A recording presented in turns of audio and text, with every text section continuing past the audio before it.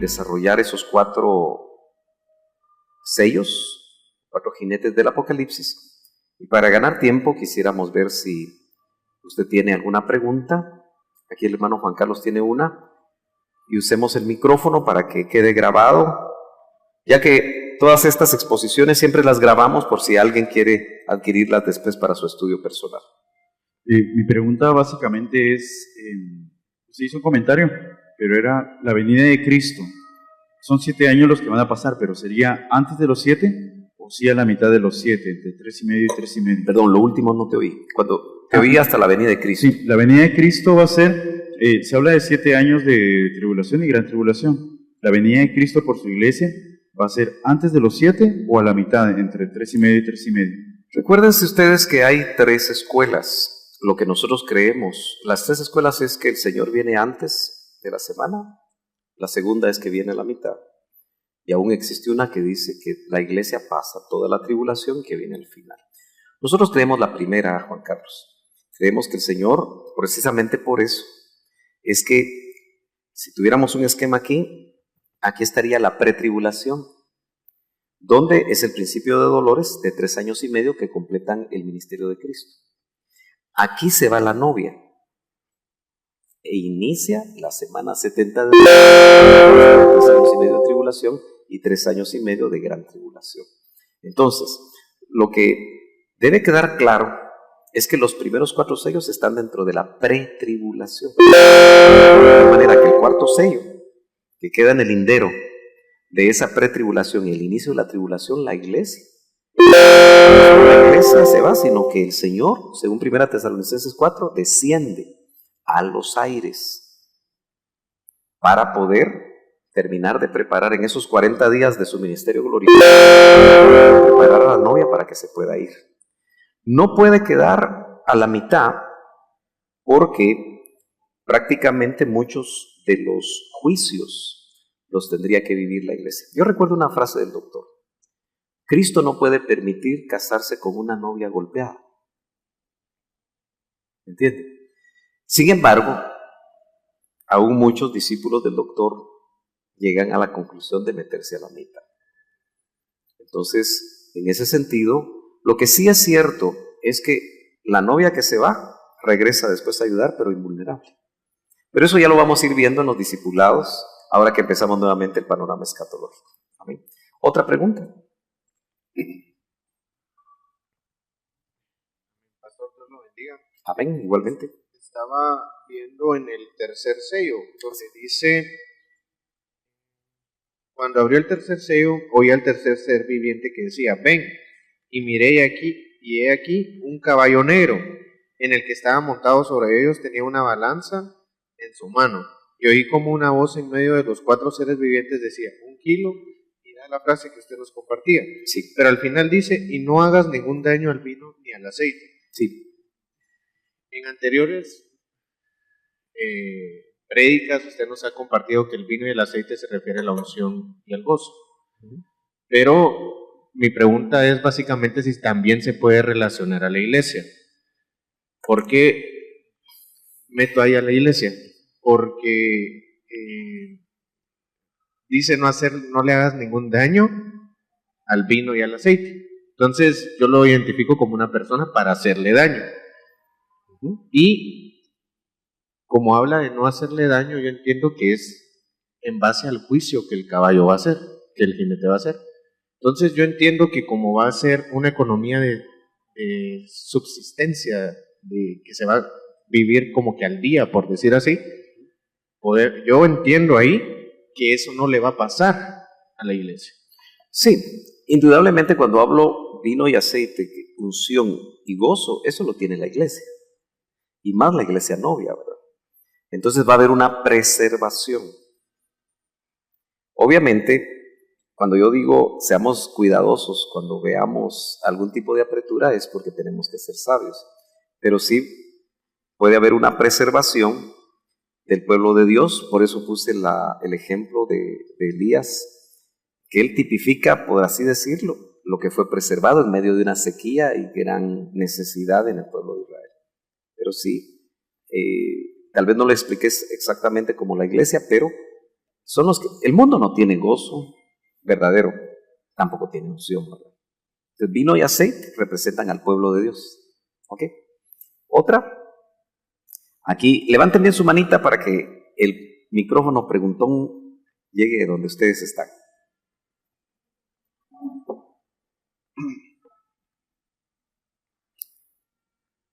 Dios les bendiga, hermanos. Hermano Sergio, aquí estaba leyendo en Isaías 26. ¿Isaías? 26. ¿Qué verso? Del versículo 17 al 20. Sí. Me llama la atención que en el versículo 19 dice: tus muertos vivirán, sus cadáveres resucitarán.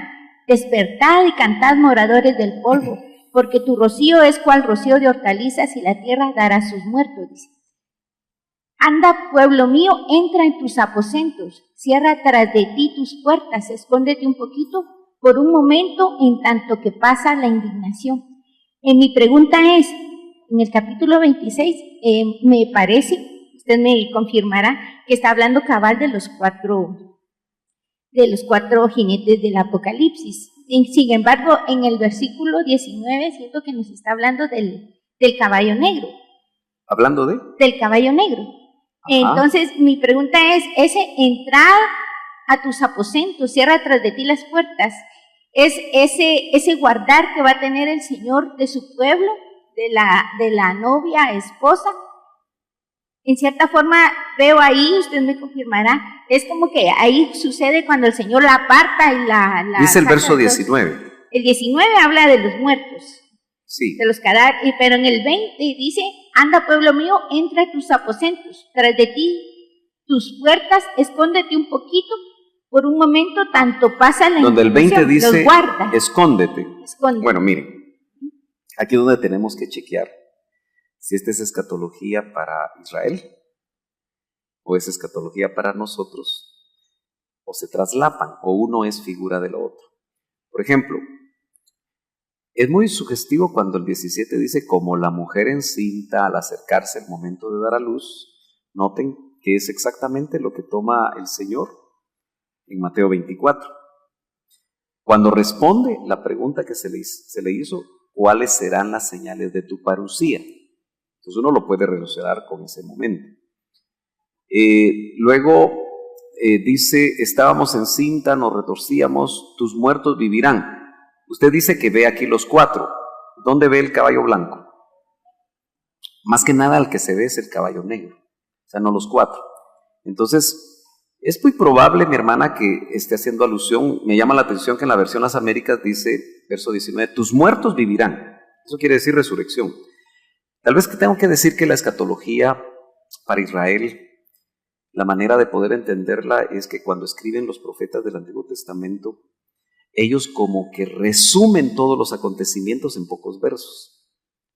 De tal manera que uno tiene que ser cuidadoso a la luz del Nuevo. Por eso el Antiguo Testamento se debe interpretar a la luz del Nuevo Testamento, para saber exactamente cómo estar resumiendo acontecimientos que pueden ser complejos. Porque, por ejemplo, en Apocalipsis, cuando habla del amor, el caballo negro realmente habla de un problema económico. El caballo amarillo habla de una gran mortandad.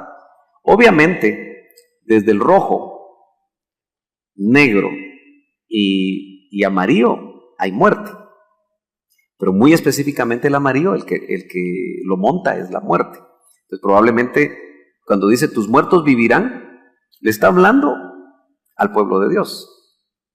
Sus cadáveres se levantarán, esa es la resurrección, solo que ellos esperan la resurrección anastasis, que es la resurrección de los muertos. Por eso Marta decía: sí, Señor, yo sé que mi hermano resucitará en el día postrero. Ellos tenían solo claro anastasis, pero Cristo resucita de entre los muertos, que es eknekron en el griego. Entonces es una resurrección anterior, pero aquí solo lo resumen. Entonces después dice, entrando al punto suyo, dice: despertad y dad gritos de júbilo, moradores del polvo, porque tu rocío es como el rocío del alba, y la tierra dará luz a los espíritus. No sé si así dice en su versión. Verso 19. Si aquí dice, dará luz a los espíritus, pero en todo caso habla de resurrección. Entonces, en el verso 20, termino con esto, de dar la respuesta, dice: ven, pueblo mío. Yo creo que aquí se aplica tanto a Israel, porque mire pues, como hay turnos de resurrección, nosotros esperamos el tercer turno. Los muertos en Cristo resucitarán primero. 1 Tesalonicenses 4. Pero el cuarto turno tiene que ver con Israel, con los del reino. Porque a Daniel en capítulo 12 le dijeron, Daniel, duerme y te vas a levantar al final para recibir tu heredad. ¿Cuál es la heredad de Daniel? Que es del reino. Una heredad en el milenio. Por eso se levanta al final de la semana 70 de Daniel. Y ahí Israel, junto con aquellos que eran de la iglesia y se quedaron y que se convierten en reino, reciben heredad. Su salvación está intacta porque depende del Señor, pero no su galardón. Entonces, ellos entran, incluso los que mueren en la tribulación, dice que les dan tronos, reinan con Cristo 1000 años, todo eso es reino. Pero la novia, que ahora es esposa, está al lado del rey. No es lo mismo ser esposa del rey que ser súbdita del reino. Entonces, la instrucción, ven pueblo mío, entra en tus aposentos y cierra tras ti tus puertas, escóndete por corto tiempo hasta que pase la indignación. Si esto fuera para la novia se quedó. Más suena que se puede aplicar para la cosecha y el rebusco, aquellos que no se consagraron y se quedaron, y el pueblo propiamente de Israel, que es el pueblo de Dios. Entonces yo creo que se puede aplicar de esa manera. Otra pregunta, mis hermanos. No sé hasta dónde vamos, solo llevan 3. Sí me van. Nos llega una pregunta aquí escrita. Dice, mi pregunta es, si ya estamos viviendo los sellos. Gracias.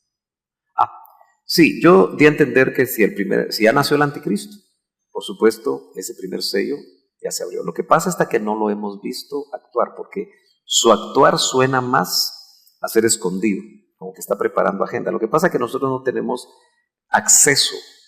Algunos que ven personajes muy llamativos entre el pueblo árabe o en Europa, especialmente herederos de ciertos reinos, miran ciertas agendas, pero nosotros no tenemos una claridad al respecto. Cualquiera de todos ellos eventualmente podría ser el personaje. Entonces, si es la pregunta concreta, si ya se abrieron, yo diría que el primero ya se abrió, solo que no se ha completado toda la intensidad. Guerras hay, y en cierta manera, en 1917, 1944, 45, las dos grandes guerras, yo creo que dan indicio de que se estaba empezando a abrir, muy probablemente, el siguiente sello. Sin embargo, yo creo que la intensificación de esos 4 sellos se va a dar en lo que conocemos como principio de dolores. Si no, tendríamos que agrandar demasiado el periodo de principio de dolores. Y más me parece a mí que está concentrado en probablemente los años que estamos viviendo. Ahora, acuérdese que 3 años y medio nosotros los hemos visto literales. Quiere decir que puede haber un momento de intensificación donde veamos un personaje. Porque la pregunta es, ¿será que la iglesia novia va a conocer al personaje? Es probable, pero que no va a ser dañado. Eso solo nos va a indicar a nosotros como otras pistas que ya nuestra salida es inminente. ¿Otra? Amén. Hermano Sergio, en la actualidad el pueblo de Israel está conmemorando sus 70 años de nacimiento. Así es. Pero coincidentemente, a los 70 años también está celebrando el Éxodo y sus 6 millones de muertos dentro de la Primera y Segunda Guerra Mundial. Se ha tenido a Israel como el reloj al que nosotros tenemos que estar observando continuamente.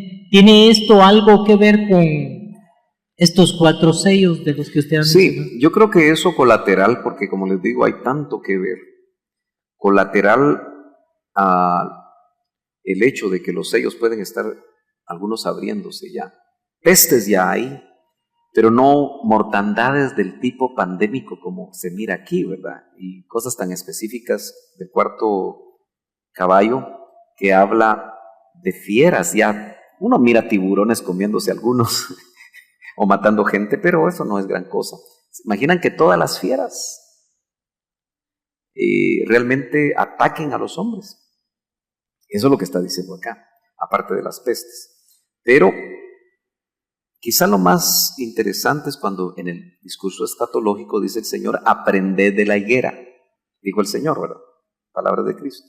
Y la higuera es Israel, que cuando su fruto, voy a leerlo literal para no equivocarme al citarlo de memoria, 24, ¿en qué verso estará lo de la higuera?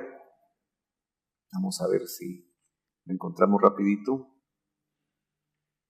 Vamos a ver si nos ayudan estos aparatitos. ¿Alguien lo encontró?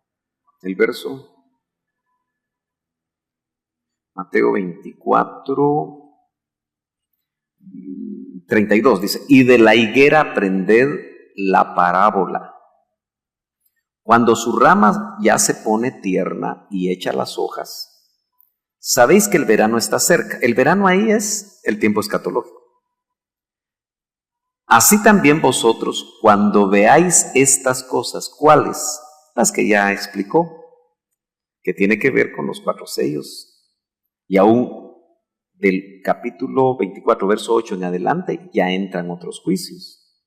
Si uno lee todo el capítulo 24, dice, sabed que Él está cerca a las puertas. En verdad os digo que no pasará esta generación hasta que todo esto suceda. Como esto se ha interpretado en diferentes épocas en relación con Israel, fue en noviembre de 1947 donde se da el convenio para que sea nación, que me parece que se aplica, y a uno le queda más claro, el 48.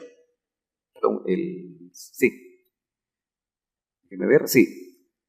Entonces, ahí es donde se cumple, en el 2018 se cumplieron los 70, ¿va? Y ahorita estamos sobre los 71.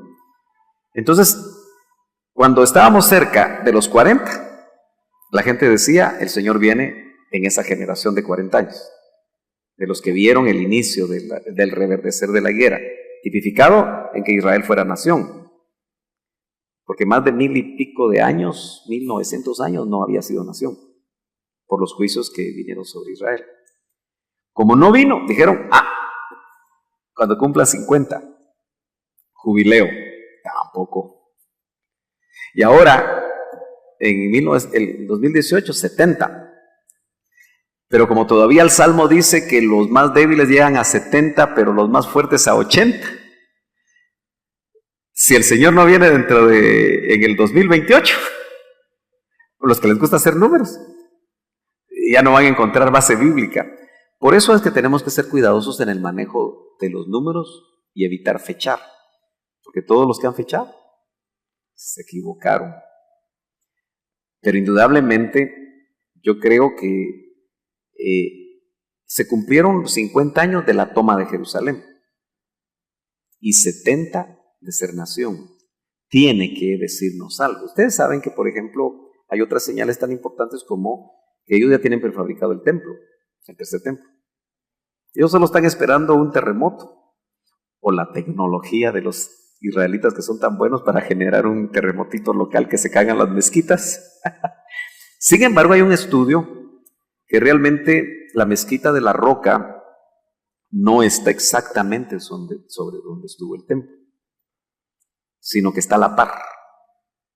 También hay otra especulación, algunas personas que yo conozco dicen que han bajado. Usted sabe que realmente donde caminó Jesús es como 30 metros abajo de donde actualmente está Jerusalén, así que cuando usted va a Jerusalén y le digan que está caminando donde caminó Jesús, no es cierto.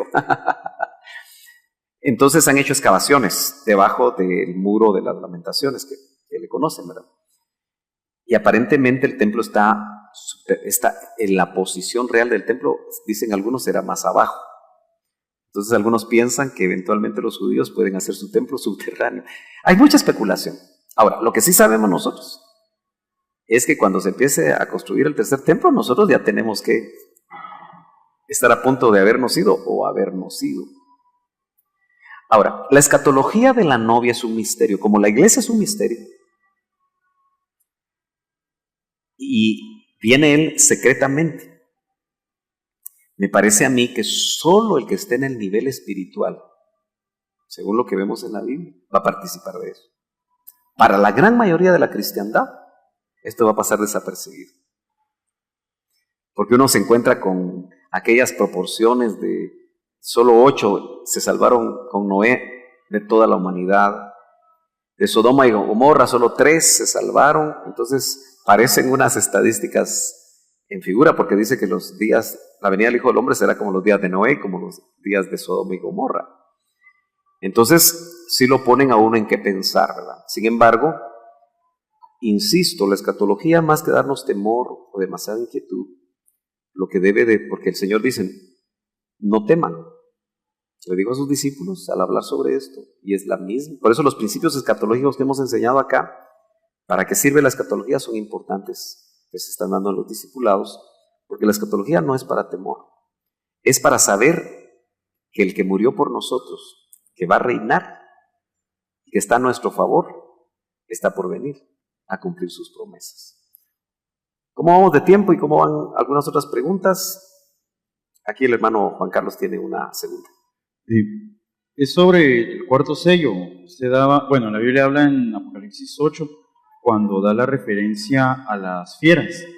Ajá. Me surge esta duda, no sé, cuando habla de fieras usa la palabra terión, Sí. que son bestias, animales, pero también habla sobre brutos o hombres brutales, que se usa en Tito 1:12 y que también en segunda de Timoteo 3 del 1 al 5 habla sobre... ¿Leíste 8 cuánto? En Apocalipsis 6:8 creo que es donde está. 6:8, okay. Y ahí habla sobre eso, pero en segunda de Timoteo 3, cuando habla de los amadores de sí mismos, hablan sobre hombres que, o sea, no tienen piedad. Y que hombres bestia. Ajá, entonces me llamaba mucho la atención esto, si también se puede relacionar. Bueno, hay científicos que sí dicen lo que usted estaba comentando, de que la naturaleza en cierto momento va a empezar sus mecanismos de autodefensa por todo lo que ha pasado, pero aquí también podría referirse a esa naturaleza del hombre que va a venir y va a hacer, ahí sí que es una psicosis completa para ir en contra de su hermano simplemente por el mero placer de hacerles daño. Ustedes se han dado cuenta que últimamente las famosas películas de zombies se han vuelto muy populares, ¿verdad? Que a la larga, no sé por qué a los jóvenes de estos tiempos les fascinan tanto esas películas. Pablo dice que él peleó con fieras y también usa terión. David, aquellos que buscan contradicciones en la Biblia dicen que David peleó con osos y leones, y ellos dicen que en Palestina no había osos ni leones, tratando de ir en contra de lo que dice la Biblia. De tal manera que pueden muy bien, bueno, voy a meter algo más aquí en la idiosincrasia maya. Se habla de nahuales, que son personajes que se pueden volver animales. Y la brujería parece que hay brujos que se vuelven animales en su brujería. Bueno. Entonces, indudablemente, Terión puede hablar también de seres probablemente tomados por demonios. Y eso no quita que las fieras de la tierra, como dice literalmente, también no hagan ese tipo de papel. Cuando Pablo habla que peleó con fieras, uno dice, bueno, ¿qué clase de fieras, verdad? Pero también pueden ser personajes. Miren, lo que más cuesta para nosotros es meditar sobre ciertas situaciones, porque el mundo de las tinieblas tiene grandes verdades, pero del lado de las tinieblas. Entonces, muchas veces, cuando uno ve esas cosas, uno se da cuenta que de parte del Espíritu de Dios, también por ejemplo, los ángeles son seres que se pueden materializar, son espíritus, y así lo dice Hebreos. Los ángeles son espíritus ministradores, pero los que los han visto los ven materializados. Entonces, si del lado de las tinieblas se hace, es porque en realidad el principio viene de parte de Dios. Entonces, me parece que la batalla que va a haber ahí es una batalla también de espíritus. Recuérdense que ahora dice, nuestra lucha no es contra carne y sangre, sino contra potestades, pero pueden haber espíritus concretizados a manera de terión, a manera de fieras. Amén. ¿Dónde vamos? ahí nos quedamos. Dejo el tiempo entonces al hermano Raulito. Gracias por su atención. El Señor les bendiga. Pastor, muchas gracias por este tema. Creo que ha sido ampliamente expuesto, no impuesto. Y queremos darle entrega de este diploma al hermano pastor por su participación como conferencista. Dice diploma de participación como conferencista otorgado al pastor Sergio Noriega, en reconocimiento a su participación como conferencista en el grupo de profesionales y empresarios de Betel, con el tema Los 4 jinetes del Apocalipsis. Está la fecha. Muchas gracias, Raulito. Dios les bendiga, mis hermanos. Sí, Bendiciones. muy amables. Gloria a Dios. Yo creo que ha sido ampliamente expuesto el tema. La pregunta sería, ¿dónde estamos parados? ¿Dónde está nuestra confianza? ¿Dónde está nuestra seguridad? Yo creo realmente que como hijos de Dios, nuestra vida depende de la roca. Nuestros pies deben de estar cimentados sobre la roca firme que se llama Jesucristo. Y yo creo en realidad que, como dice el pastor, este tema no es para darnos temor, para darnos miedo, para que temamos realmente en el futuro, lo que viene. Sabemos que es desconocido, pero sabemos dónde está nuestra seguridad. Pero yo quisiera en esta mañana, aunque la mayoría somos hijos de Dios, pero si todavía hay alguna persona que no conoce al Señor, yo quisiera invitarle en esta mañana para que afirme sus pasos, para que pueda reconocer en esta mañana a esa roca firme que se llama Jesucristo. Yo le invito a que cierre sus ojos juntamente conmigo y que repita esta oración, que le diga: Padre, gracias. Gracias, Señor, porque reconozco, Señor, que te necesito. Reconozco, Señor, que tú eres mi seguridad, tú eres mi fortaleza. En ti está mi confianza. En ti he puesto, Señor, mis pies para que estén seguros, Señor. Y yo quiero, Padre, afirmar esa confianza y esa seguridad, creyendo que Cristo tiene mi vida en el hueco de su mano. Padre, gracias, en el nombre de Jesús. Si alguien hizo esa oración por primera vez, yo le invito a que se acerque a uno de nosotros para platicar después de esta actividad. Y quiero dejarle el tiempo al hermano Pedro Salguero, quien tiene a bien despedirnos en esta mañana.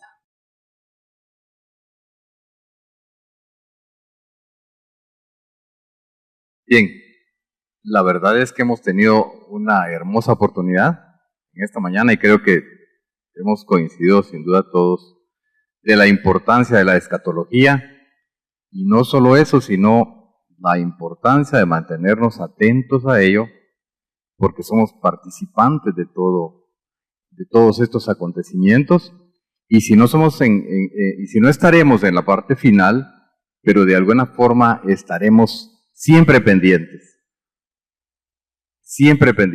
aún aquellos que participen o participemos del arrebatamiento, si es que nos mantenemos firmes, sujetos de la mano del Señor, sin lugar a dudas estaremos pendientes también de lo que ocurra en la tierra. Y vendremos con Él inmortales y veremos muchos acontecimientos. Bendito Dios que tenemos esas oportunidades preciosas, y aún hoy el interés en este lugar precioso es como cuando hay mucha sed, ¿no? Ya en este tiempo casi nadie habla de estos temas, pero encontramos esa agua en este lugar. El Señor siga bendiciendo a nuestro pastor, y en cuanto a cada uno de nosotros, guarde su corazón. Yo le agradezco en verdad a todos y cada uno de ustedes que se han hecho presentes en nombre del grupo PEB de profesionales de la Iglesia Betel. Les agradecemos el esfuerzo de que hayan estado temprano. De la misma manera, esperamos que ese desayuno que usted lleva, ¿verdad? Que le pueda equipar poderosamente y que le pueda fortalecer y darle fortaleza en este día, pero principalmente que la voz de Dios haya quedado en el corazón y siga usted platicándose en su corazón, en su mente, para que esa palabra dé más fruto. Le damos gracias entonces al Señor, creo todos hijos y de la casa, ¿verdad? Padre, te damos gracias. Llévanos con bien, con bienestar a cada uno de nosotros, así como hemos venido en paz, que podamos cada uno ser llevados en absoluta paz. Amén. Dios les bendiga, mis hermanos.